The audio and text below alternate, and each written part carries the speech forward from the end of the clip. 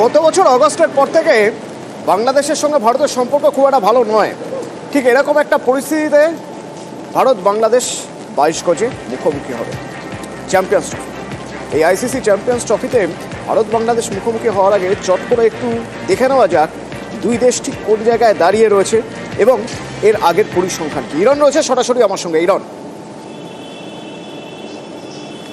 একদমই দেখো অতনু, আবহটা ভারত বাংলাদেশ, কিন্তু ভারত বাংলাদেশের যে অতীতের সম্পর্ক, কোথাও একটা ভ্রাতৃত্বের লড়াই ছিল অতনু, সেই ভ্রাতৃত্বের লড়াই কিন্তু অন্তত আওয়ামী লীগের পরিবর্তনের পর থেকে সেই লড়াই 22 গজে উধাও হয়ে গেছে। বাংলাদেশ সংবাদ মাধ্যম বা সাংবাদিকদের সঙ্গে যখন কথা বলছি, তারা বলছে যে ভারতকে সুযোগ দেওয়া হচ্ছে বেশি, এবং কোথাও গিয়ে ভারত বিরোধী কথাবার্তা তাদের কাছে স্পষ্ট, এবং তারা কোথাও গিয়ে এটা কিন্তু যুদ্ধম দেহি মানসিকতা নিয়েই ম্যাচে নামতে চলেছে।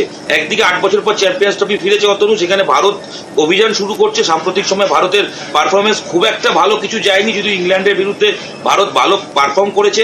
অন্যদিকে বাংলাদেশ, তারা সাম্প্রতিক অতীতে ধারাবাহিকতার দিক থেকে শেষ 6টা ওডিআই ম্যাচ খেলে 5টাই হেরেছে। তবে ভারতের বিরুদ্ধে তারা যেন বেশি আগ্রাসী, তারা কোথাও যুদ্ধম দেহি মানসিকতা, এবং বললাম বর্তমান রাজনৈতিক পরিবেশ বা পরিস্থিতি কোথাও গিয়ে তাদেরকে আরো বেশি এই যুদ্ধম দেহি করে তুলেছে। সাকিব আল হাসান তিনি নেই, আমরা জানি বাংলাদেশ থেকে তিনি এই মুহূর্তে বাদ রয়েছেন। তাকে ছাড়া বাংলাদেশ টিমটা তরুণ তুর্কিতে ভর্তি।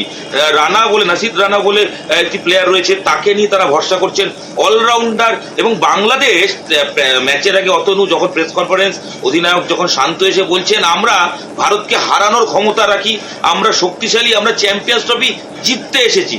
কোথাও গিয়ে মানসিকতা কিন্তু অনেক চেঞ্জ করে বাংলাদেশ চ্যাম্পিয়ন্স ট্রফিতে নামছে। আর অন্যদিকে টিম ইন্ডিয়ার কথা বলতেই হবে, আত্মবিশ্বাসী রোহিত শর্মা, তার কারণ ইংল্যান্ডের বিরুদ্ধে রোহিত নিজে সেঞ্চুরি করেছেন, বিরাট রান পেয়েছেন। যদি পরিসংখ্যান আসি, একটা পরিসংখ্যানের তথ্য দিই, সেখানে এখন পর্যন্ত ওডিআই ফরম্যাটে ভারত বাংলাদেশ 41 বার মুখোমুখি হয়েছে অতনু। তার মধ্যে আর 32 বার ভারত জিতেছে, মাত্র 8 বার বাংলাদেশ জিতেছে, একবার ম্যাচ ফয়সালা হয়নি।